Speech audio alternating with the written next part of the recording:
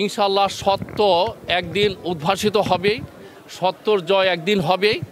আমি আশাবাদী আমাদের মানিকগঞ্জ জেলার যে আশা নিয়ে আমাকে ভোট দিয়েছিলেন মানিকগঞ্জের উন্নয়নের জন্য, আশা করি আমাদের এই বিজ্ঞ জজ সাহেব সেই রায়টিই দিবেন ইনশাআল্লাহ।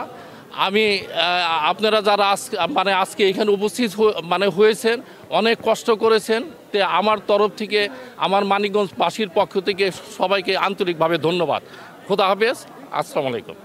এই আজকে জেলা পরিষদের যে নির্বাচন সংক্রান্ত যে মামলাটি আজকে ছিল, এই মামলার আমি ফাইলিং লয়ার এবং আমাদের যে বাদী কে এম বজলুর রহমান, উনি সুপ্রিম কোর্টের একজন আইনজীবী।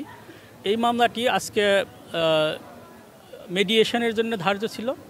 আজকে বাদী হাজিরা দিয়েছে, কিন্তু বিবাদী আজকে অনুপস্থিত।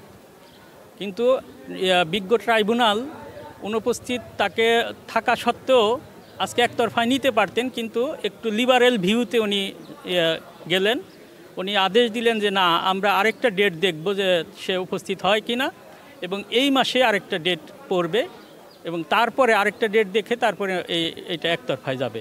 এইটা বাদী তো খুবই একটা ভালো কেস আছে এখানে, কারণ এখানে যে পরিমাণে কারচুপি করা হয়েছে আমরা মামলায় সেটা বিস্তারিত উল্লেখ করেছি এবং যথেষ্ট সাক্ষী প্রমাণ আছে যে এই নির্বাচনটা একেবারে ব্যাপক কারচুপির মাধ্যমে ওই সময় জেলা আওয়ামী লীগের সভাপতি জনাব মহিউদ্দিন আহমদ তিনি অবৈধভাবে একটা বিজয়কে ছিনিয়ে নিয়েছেন।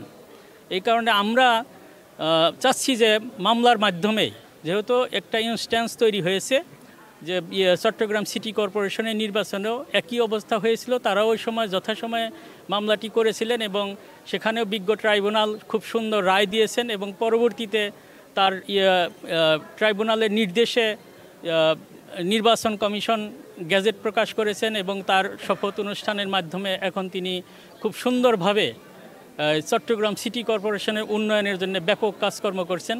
আমরাও তেমন আশা করছি যে ওইটার ধারাবাহিকতায় আমরা এই জেলা পরিষদে আমরা এই মামলার একটা সুন্দর একটা বিজয় আমরা পাব এবং আমাদের এই মানিকগঞ্জ জেলার উন্নয়নে আমাদের যিনি এই মামলার মাধ্যমে কে এম বজলুল হক খান রিপন উনি বিজয়ী হবেন এবং এই মানিকগঞ্জ জেলার জন্য ব্যাপক উন্নয়ন করবেন বলে আমরা আশা করছি।